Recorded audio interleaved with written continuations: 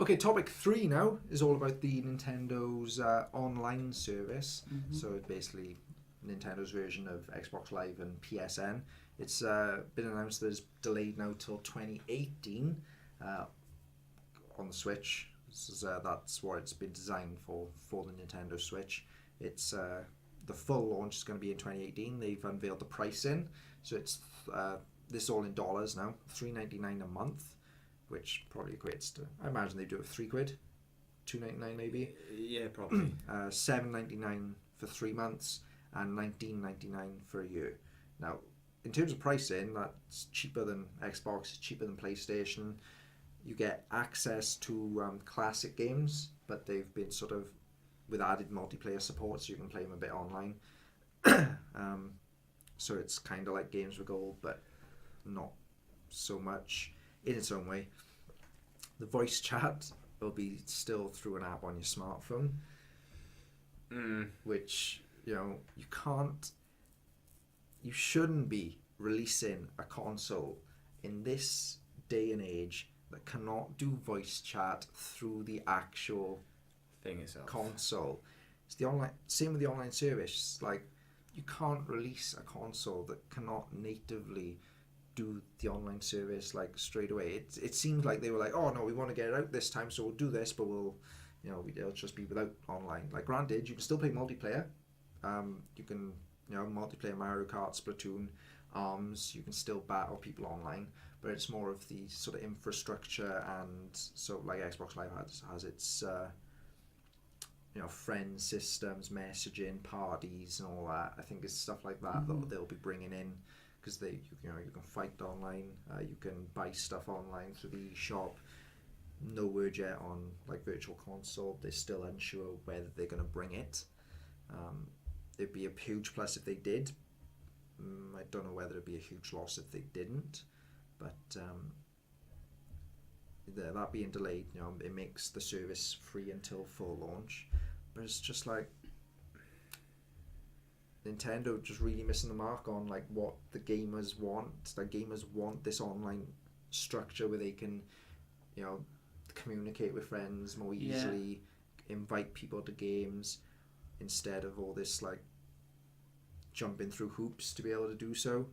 So it's, with the Switch is out, you can join random games, you can use codes to access people's like tournaments and all that, which I think is awesome idea. You can create your own tournaments and people can join if you give them a specific code, but it's jumping through hoops.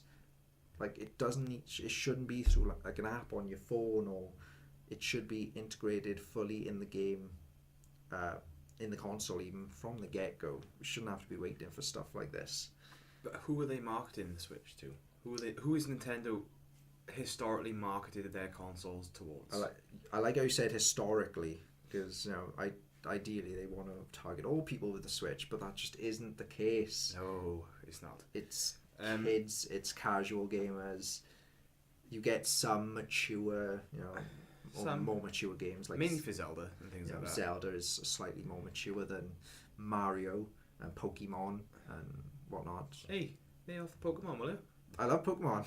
I didn't play Sun and Moon, but Pokemon for life. Yeah, it's Nintendo doing what Nintendo does. The same as the whole Amiibo situation. They purposely didn't bring out a certain amount. They brought out some of each of the models, and then they knew that they could create supply and demand by cutting that to a very short amount that they're going to produce. And then they go, oh yeah, we can charge £50 for this because there's only 2 of them. And it's like, you were doing that because you're not making much money in your games and your console section, because everyone else is going towards PC, Xbox, PS4, because they offer everything. Yeah, like the Nintendo is the first party, place to be. I think their first party library is one of the best.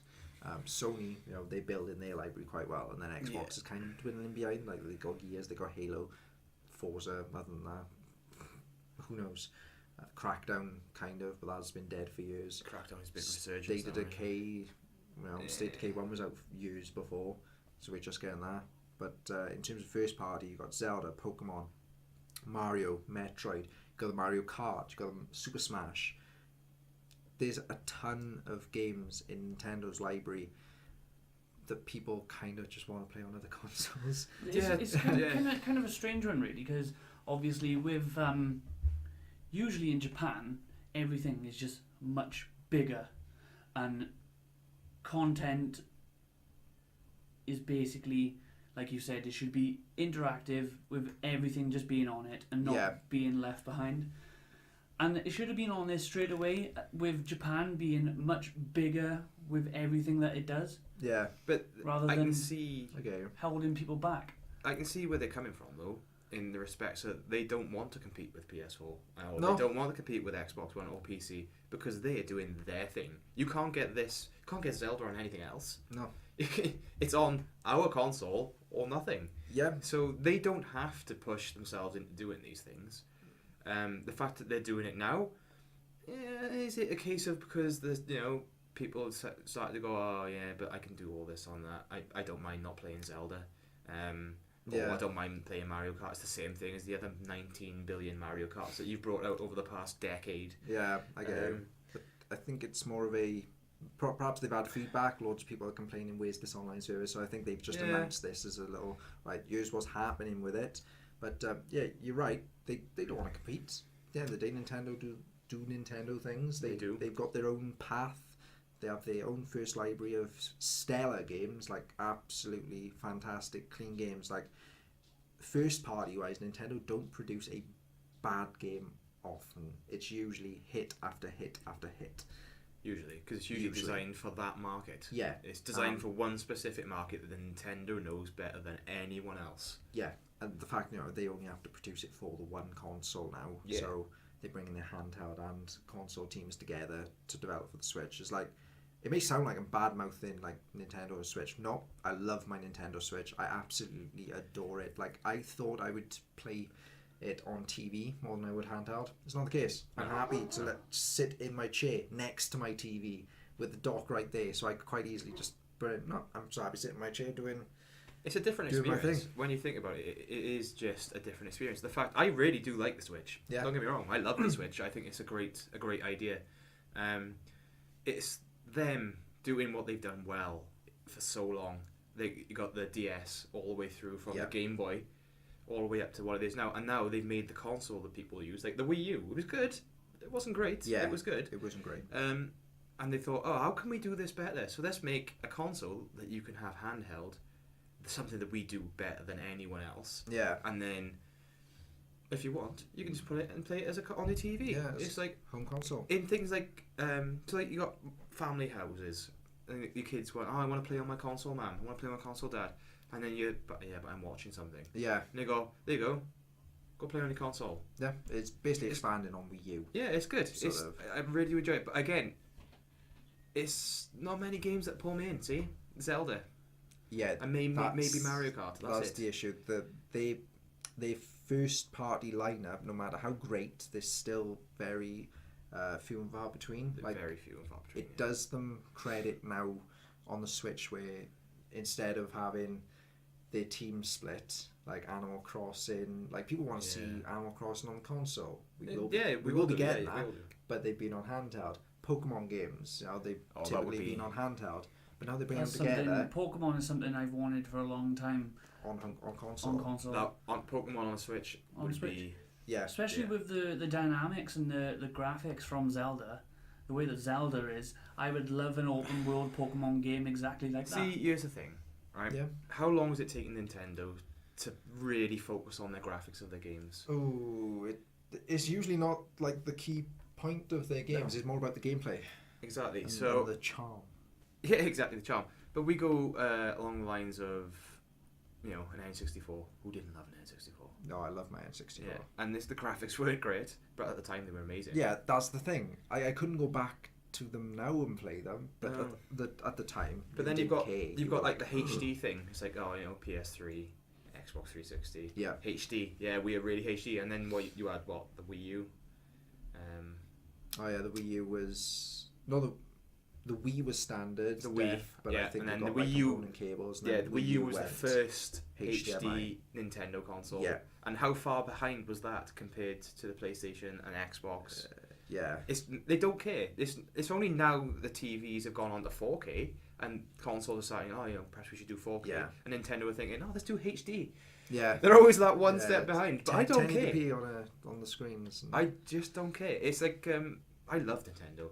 Yeah. But I don't like the fact that they only produce a certain amount. Like, I really wanted the SNES classic console.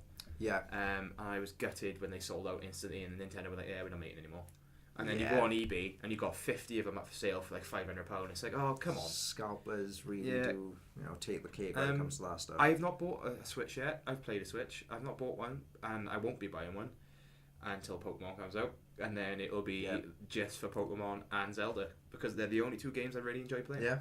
Yeah. Well, I've played quite a few games. I've got the Mario Kart 8 Deluxe. I love it. It expands on everything that the first game was. Makes it even better. The Zelda game is absolutely phenomenal. Literally a masterclass in Looks beautiful as well. everything. Visually, sound, gameplay, story. It's it looks like a great game. Excellent. Super Bomberman R. So I played that. I had a lot of fun. Completed the story. It was a cool little. Gameplay wise, it's more fun than sort of visually. It doesn't look like amazing, but it's still a fun game. And that's what Nintendo typically do. They do fun games rather than the more serious sort of story-based. Zelda is the exception. Metroid is, Can't beat Metroid. That'll be another Love one. Metroid on the GameCube. No, that's the thing. We could see Metroid this year. I would love to see Metroid. Could see Pokemon Stars. I would buy Metroid. Whatever Pokemon. But I've played a good few games on the Switch that I've really enjoyed. Mr. Shifty, the Disgaea 5 Complete Edition. I'd like to see Monster Hunter. Monster Hunter Double Cross is coming out for the Switch. Yeah, I'd like to see Monster Hunter. I enjoyed that game for the DS. And Xenoblade Chronicles 2. I've got number 1 on DS. I've got X on Wii U, which I've still yet to play. That's the thing. I've got the games. I've just yet to play them. Yeah, it's a lot of time. But they look amazing visually. I think personally, going back to the topic of Nintendo now bringing out, delaying their service. Yeah. I don't think Nintendo need to rush the service out in regards to the fact that they don't need it as much as perhaps a PS4 and Xbox. But I still feel that they've missed a big call in for them. Yeah. In regards to revenue, because you've got your console, they've got £250. Yeah, round about games that. About 40 quid, £45, something like that. 50 sometimes. Yeah. Nintendo games don't come cheap at all. Then of course you've got Amiibos, which are like £20, £30, £100, depending on which ones you want. Yeah. So then having this extra £3.99, £5.99, £20.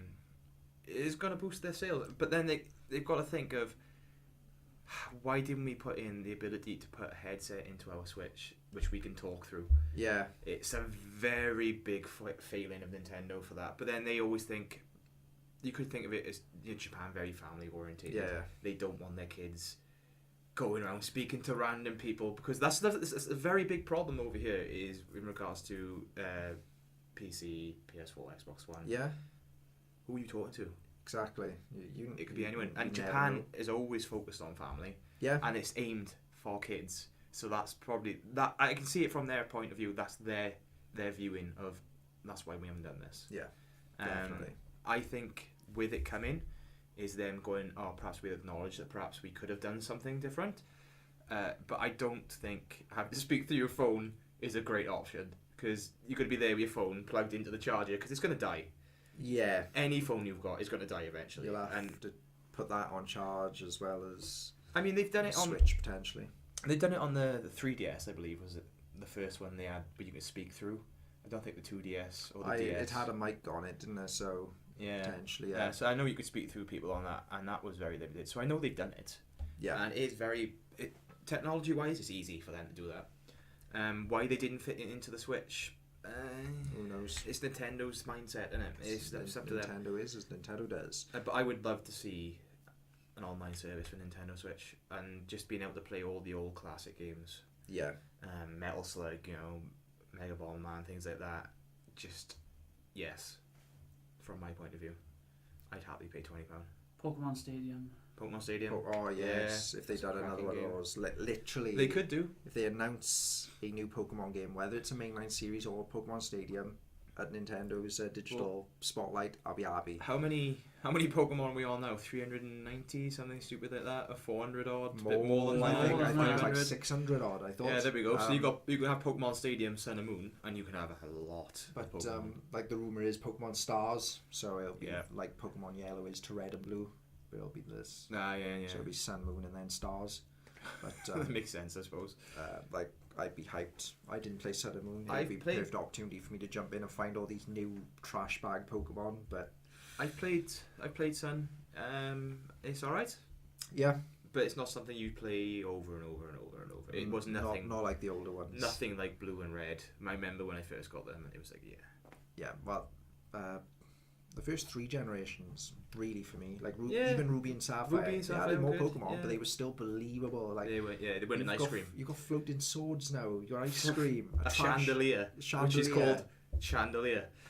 Or a dog. They've just gone on to animals now. They've just got dogs and things. It's like, it's you, very. What are you doing? They're running out of ideas. fire your artists, But please. they're doing it because it's a money It's a machine. spinner. It's like, It's a oh, look money at all these spinner. different monsters you can collect, and Just revamp Blue and Red, please. yes, but like For the Switch. For the Switch. For the yeah. Switch, yes, that can't be stated enough. But so yeah, that was the Nintendo topic that we had lined up. Let's move on now to the 4th topic and final topic.